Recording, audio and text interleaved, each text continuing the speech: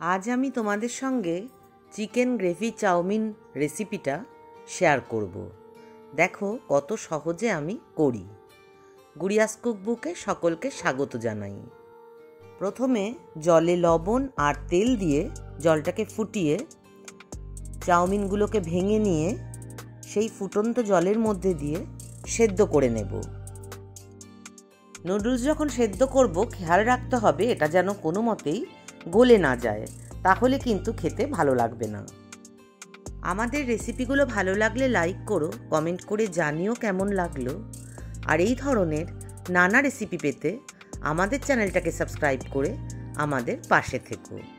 দেখো সেদ্ধ হয়ে গেছে নুডলসগুলো। আমি এবার একটা ঝুড়ির মধ্যে দিয়ে দিচ্ছি। জল ঝরিয়ে নেওয়ার পর একটা কড়াইতে সামান্য তেল দিয়ে আমি এই চিকেনের টুকরোগুলো ভিনিগার আর লবণ দিয়ে মেখে রেখেছিলাম সেগুলোকে একটু ভাজা ভাজা করে নেব। তাতে দিয়ে দিলাম লবণ, দিয়ে দিলাম একটু সয়া সস আর একটু সামান্য চিনি যাতে কালারটা ভালো ধরে। এবার আমি এটাকে ভালো করে ভেজে নিচ্ছি।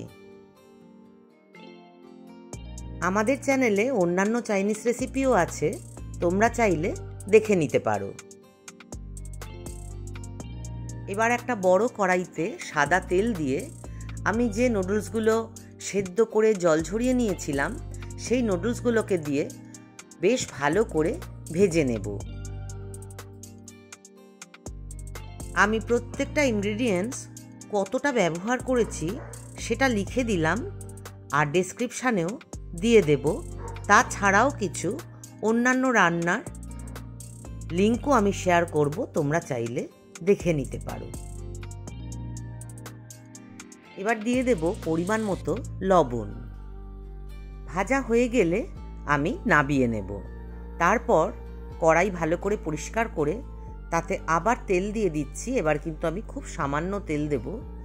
রসুন কুচি, কাঁচা লঙ্কা কুচি দিয়ে ভালো করে ভেজে নেব। এটা দিলে খুব সুন্দর একটা গন্ধ হয়। এবার দিয়ে দেব পেঁয়াজ কুচি।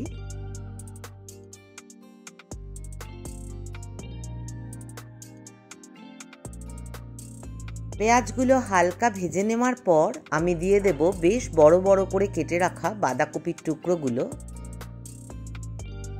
বাঁধাকপির টুকরোগুলো দিয়েও আমি কিছুটা ভেজে নেব। গ্রেভি চাউমিন করার সময় আমি কোনো সবজি খুব বেশি ভাজি না, একটু কচকচে থাকলে সবজিগুলো খেতে খুব ভালো লাগে। এবার বিনসগুলো দিয়ে দিচ্ছি। বিনস দিয়েও আমি হালকা ভেজে নেব।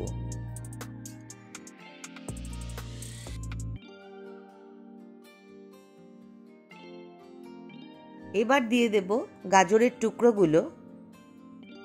গাজরের টুকরো দিয়েও কিন্তু আমি ওরকমই একটু হালকা কচকচে রেখে ভেজে নেব। দিয়ে দেব পরিমাণ মতন লবণ, পরিমাণ মতো মিষ্টি। যদি তোমরা চিনি খাও তবে দেবে, না হলে এটা স্কিপ করবে। দিয়ে দিচ্ছি ক্যাপসিকামের টুকরোগুলো। ক্যাপসিকামের টুকরোগুলো দিয়েও আমি কিছুটা ভেজে নেব। এখানে খেয়াল রাখতে হবে প্রত্যেকটা সবজিই কিন্তু রান্না হবে, কিন্তু গলে যাবে না। গলে গেলে কিন্তু খেতে ভালো লাগবে না, একটু কচকচে থাকলেই ভালো লাগে। এবার আমি ওই যে চাউমিন সেদ্ধ করেছি সেই জল নিয়ে নিলাম। নিয়ে আমি গ্রেভি চাউমিনের গ্রেভিটা বানিয়ে নেব। সয়া সস দিয়ে দেব, পরিমাণগুলো লিখে দিলাম। এবার চিলি সস দিয়ে দিচ্ছি। তারপর দিয়ে দেব টমেটো সস, তারপর দেব ভিনিগার, সব শেষে আমি দেব কর্নফ্লাওয়ার। এবার খুব ভালো করে কর্নফ্লাওয়ার দেওয়ার পরে খুব ভালো করে গুলে নিতে হবে। পরিমাণটা কিন্তু 1 প্যাকেট নুডলসের পরিমাণ দেওয়া রয়েছে। এবার ওই যে জলটা আমি তৈরি করলাম ভালো করে নেড়ে আমি যে সবজিগুলো হালকা ভেজে রেখেছি তাতে দিয়ে দেব। তারপর খুব ভালো করে ফুটিয়ে নেব। ফুটিয়ে নিলে কিন্তু এটা বেশ ঘন হয়ে যাবে। এবার যে যতটা ঘন খেতে ভালোবাসো সে সেই পরিমাণে কর্নফ্লাওয়ার দেবে।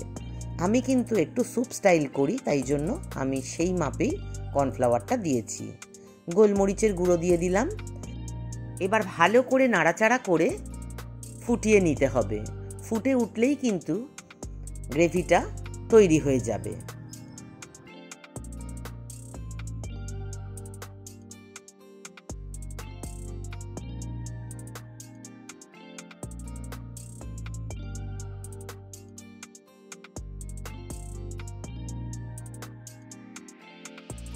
খুব ভালো করে ফুটে গেলে আমি চিকেনটা যে করে রেখেছিলাম সেই চিকেনের টুকরোগুলোকে এই গ্রেভিটার মধ্যে দিয়ে আবার ভালো করে ফুটিয়ে নেব।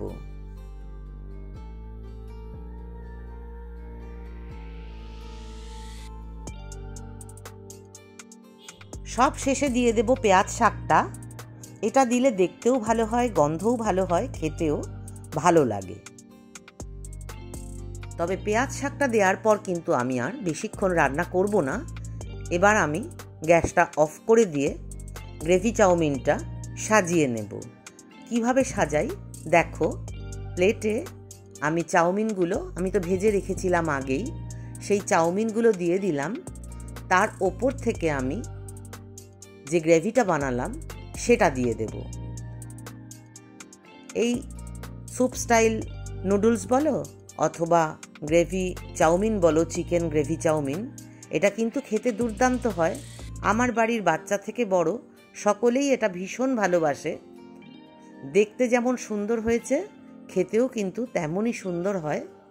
তোমরা চাইলে একবার করে বাচ্চাদের দিতেই পারো বা বাড়ির বড়দেরও খাওয়াতে পারো, সকলের প্রশংসা পাবে। দেখো কি সুন্দর দেখতে হয়েছে, আর খেতেও কিন্তু জবরদস্ত হয়।